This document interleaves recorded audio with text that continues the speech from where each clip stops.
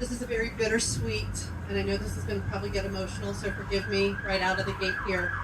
Um, and Julie's right. I was a bit of a bulldog and did not take no for an answer because I felt that Strawbridge needed to be remembered. So first of all, I'm going to put glasses on. First of all, thank you to all of you for coming today. I know some of you made some long treks to get here, and I really appreciate that. It is a very exciting day for all of us and for me, and I know that you're here to pay homage and honor to the Strawbridge Home for Boys, or to a particular Strawbridge boy that touched your life in some way. I happen to know one. Many of you here today know that my father, Jimmy Mathis, was a Strawbridge boy too. He was at the home from 1950 to 1955. He came to the home with his brother Billy in December of 1950. His other siblings went to other homes in the DC and Baltimore area for younger age children. You had to be 6 in order to come to the Strawbridge home. Dad had 5 siblings, and when he came to Strawbridge, he gained 40 new brothers by circumstance. And we got one here today with us. He'll speak later. He lived with them, he went to school with them, and he became lifelong friends with many of these people. Since this is a historical marker that we are unveiling today, I wanted to share just a little bit about the history of the home with you. In 1922, the Allball family, and we have someone represented here today, actually 2 people represented here today, Kathy Smith and Jeff Billingsley, that are in the back. They are the great-grandchildren of the Allballs, and they're here today. They donated the Manroe farm for the purpose of building a home for young boys. Family tragedy had made them realize the need for such a home, and it was done through the Baltimore Annual Conference of the Methodist Episcopal Church. In 1923, it was incorporated under the name the Strawbridge Home for Boys, named after Robert Strawbridge, the first Methodist preacher in America that started here. He started here in Maryland. In 1924, the home received its first residents, 15 boys and 2 house mothers. By 1927, the Carroll Building and the Superintendent's Cottage were built, and they remain standing today. If you look over this way, over my shoulder, on the other side of those trees is where the home stood. And there's 3 buildings that still stand there today. The cottage is a private residence, and there's an administrative building that is also a private residence, and there's a stone shell of what was the Carroll Building that can still be seen today. From 1924 to 1959, over 400 boys called this home, and my father and uncle were part of that group. By 1959, the Strawbridge Home for Boys, along with the Kelso Home for Girls and the Shortfall Children's Home, they all came together as one organization known as the Board of Child Care. It is now known today, and you'll see it around here today, as Everstand, and they just celebrated 150 years of serving children last year. I know, amazing. My dad would not believe that we are here today. Not just to honor him, but to honor all of them, and the home that they lived in, and the history that was made providing this service to the families that were in need in the community. He always appreciated that the home provided not just a house and meals and structure, and some discipline, I'm told, but it was the family values, the family culture that was taught, and the opportunity for an education and an opportunity for a future. It is not lost on me that what was provided to my father and all of his brothers, that they were given the means to learn how to provide for themselves and to build that future. The home was a resource and a service that was provided through the Methodist Church. And one of my dad's favorite spiritual lessons, and some of you may know this story, was about the story of a man that if you gave him a fish, he was always going to expect the gift of that fish. And if he didn't get it, he was going to go hungry. But if you teach them how to fish, he'll never go hungry, and he'll also be able to provide for others. For my dad, Strawbridge taught him how to fish, and he was always forever grateful. My father passed away about 10 years ago, and as we were passing by the site of the Strawbridge home on the way to the graveside service, which we went this way. We actually went down this road. And if you look over here where that second set of sort of red trees are, that was where the original gate post stood. That was the entrance to the home. And as we were passing by, I happened to look out the window and I noticed that the original gate posts at the entrance for the home, one was standing just fine, but the other one was crumbling and falling. And in that moment, I had this thought that I needed to save the gate post. I knew that I became sort of like that woman in Back to the Future saving the clock tower. And you can ask my husband, because he helped to tear it down and rebuild it, that it now stands on the grounds of St. Paul's Church in Sykesville. And so in 2016, we saved one of the gate posts and it was relocated. And the St. Paul's Church was a blessing that came to us and that I worked with in order to make it happen. It's where the boys worshipped when they were at Strawbridge. And I believe, if some of you go to St. Paul's today, I think the pews are still known as the Strawbridge pews up front. There was a lot of metaphorical symbolism that day going on in my head as we saved the gate posts. And I was remembering that these were the same gates that my dad entered through so many years ago that changed and saved his life. But the moving of the gate post wasn't enough, not for me. So, because then I realized, oh my gosh, the posts are gone. Nobody's gonna know that this home stood here. And so with that crazy wild hair idea, I decided that about 5 years ago, I set out on the mission to figure out how in the world do you get a historical marker. And so I did a lot of research. I worked with a lot of folks with state roads. I worked with the historical trust group. And here today, we stand on this day to unveil the historical marker and provide a bit of the backstory to you. There's also a memory table in the back that you can take a look at some items there, and know that this had meaning and prominence, and we won't forget that this is the home that was provided to so many for so many years. Many thanks to all of you for your support, the support for the crazy idea that I had. Thanks to Maryland Historical Trust, who I worked with. Many thanks to the Maryland Department of Transportation for putting up with me, as I would not say no, and for bringing it to life today. We honor the Strawbridge home, all the boys that called it home, and grateful to Everstand, the former Board of Child Care that Strawbridge became part of so many years ago, as it continues to serve the mission today for helping children and families and communities. I love you, Dad. Thank you. And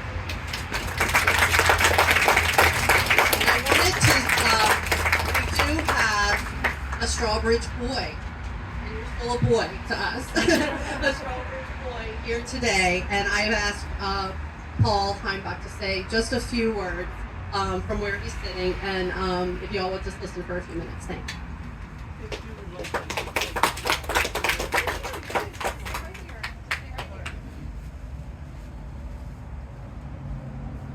I'm going to say on behalf of all the boys that spent time here, thank the Department of Transportation and Maryland Historical Society for recognizing the contribution that the boys and what this home did for the community. As Amy said, they gave us the tools for success, and many of the boys here went on to success.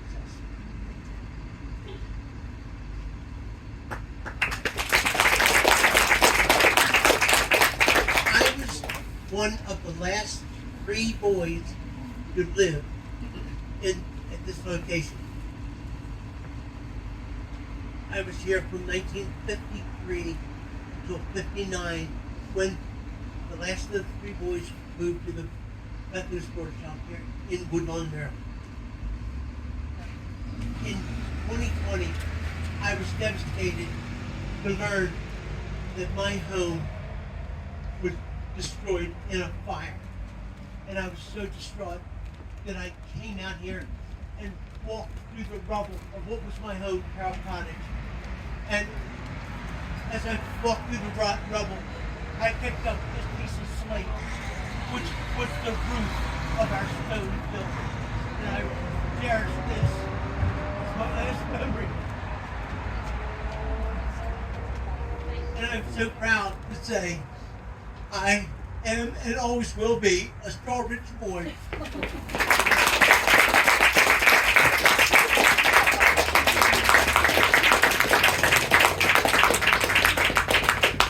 All right, I'm going to turn it back to Julie. Thank you all. That makes me cry. All right. So next, let's go ahead and welcome up the next speaker. It's Lori Ann, also known as L.A. Spagnola, MSW President and CEO of Eversting. There you go. And just if you were wondering, you will always be one of our boys. Always. Doesn't matter how old you are. That's fabulous. So glad you're here, and so glad everyone is here. Good morning, everyone. It is such a privilege to be here today as we dedicate this historical marker honoring Strawbridge Home for Boys, a place that holds such a profound place in Everstand's story in the hearts of so many. I'm concerned about blowaway. I should have a clipboard.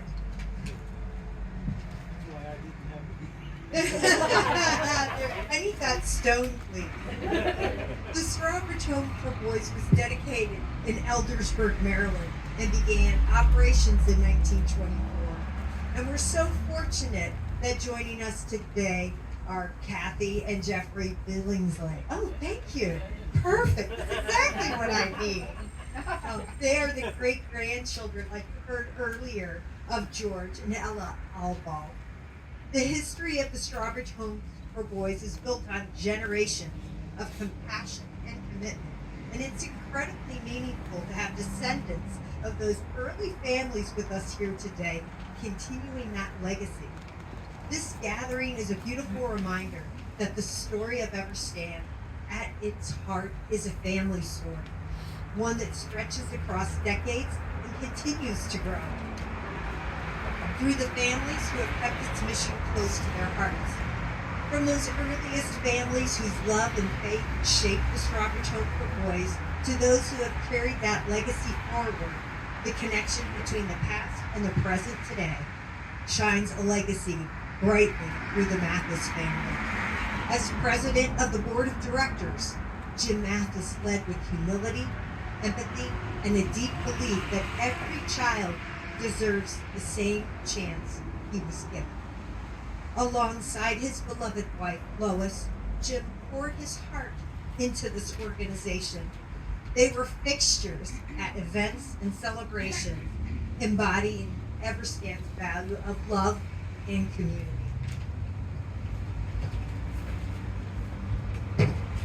The apple didn't fall far from the tree with Jim's daughter, Amy, who carries forward her father's legacy with strength and grace.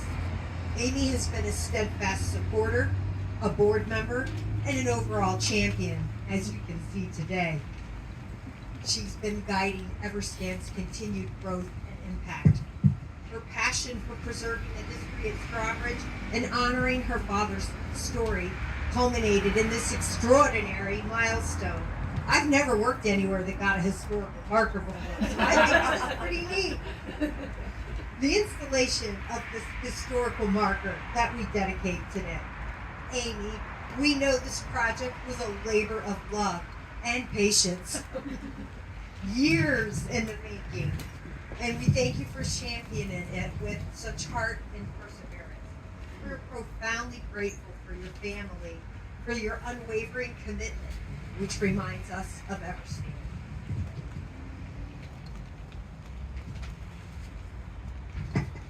I've never had such a challenge with the wind before. This mission is not just about care, it's about community, legacy, and love that endures. As we unveil this marker, may it not only stand as a symbol of history, but a beacon of gratitude and inspiration.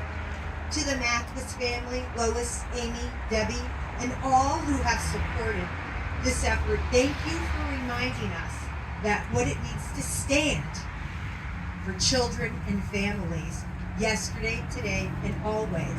And that's a little nod to the name Everstand. We stand up, we stand by, and we stand strong for families and children.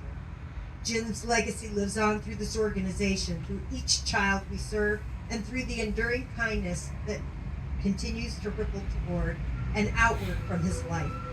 And now it's my pleasure to introduce Nicole Smith, Executive Director of Domestic Programs at Everstand, to the podium to tell you a little bit about Strawbridge of today. We continue.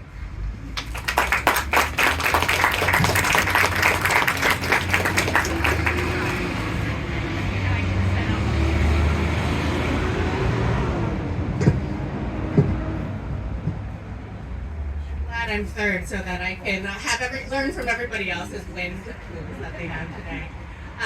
Thank you for letting me speak to you all today. This moment is such an important one because it connects our past to our present and our future, celebrating not just a place, but the people whose lives were shaped here and in turn shaped our mission. Standing here today, just a few steps of where the original Strawbridge Hope for Boy was dedicated 101 years ago, almost to the day, it's not hard to feel the weight and the wonder of that history. On October 25th, 1924, a group of people gathered nearby with a shared belief that every child deserved care, education, and a chance to build a better life. That belief became the foundation for everything that followed. So much has changed since that day. The world has changed, the needs of children and families have changed, and Strawbridge has evolved right alongside. Again and again, meeting those needs with courage, creativity, and compassion. Today, the Strawbridge School continues to be a lifeline for young people whose paths have not been easy. Many of our students have come into us having faced significant challenges, ranging from learning differences and developmental needs to difficult early life experiences, or simply feeling overlooked and unsupported in the large school environment. At Strawbridge, they find something different. They find a place where healing and learning happen side by side. Every hallway, every classroom, every interaction is intentional, built around the idea that growth happens when a child feels safe, supported, and believed in. The same things that the Strawbridge Home for Boys help you support. Our educational team of experts meet students where they are, helping them rebuild confidence, develop their coping strategies, and rediscover the joy of learning. Through our trauma-informed and therapeutic approaches, we don't just teach academics, we also teach resilience, emotional regulation, and hope.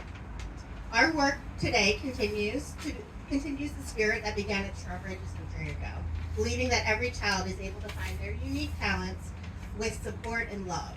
And that's one thing Mrs. Mathis said to me that was at the heart when we were just talking a few minutes ago. The love that resonates, and you can feel it by everyone here who's been connected with the Strawbridge School. Back then, it meant providing care and education to children who had nowhere else to go. Today, it means addressing complex realities that children and families face. Mental and behavioral health challenges, learning differences, and limited resources. And yet, despite challenges, the heart of Strawbridge remains the same. It's a place where possibility lives, where students who once struggled believe in themselves, learn to self-advocate and thrive, where compassion replaces judgment and structure creates safety. When I walked through our school today, I had to see living proof of what's possible when caring adults refuse to give up on a child. I see teachers, clinicians, and staff working in seamless partnership. I see young people discovering their voice, their confidence, and their hope for the future. This mile marker we dedicate today does not just commemorate the past, it points the way to the future as well. It reminds us that this work, this mission is ongoing for every child who walks through our doors. Strawbridge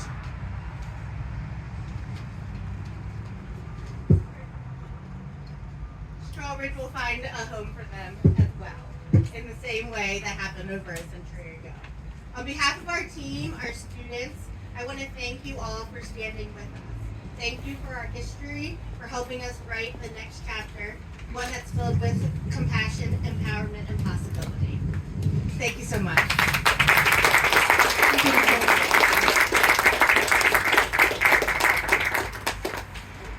This time I'd like to invite Sean Winkler with the Maryland Department of Transportation. He's really a huge advocate for our marker program and will be speaking on behalf of the Secretary.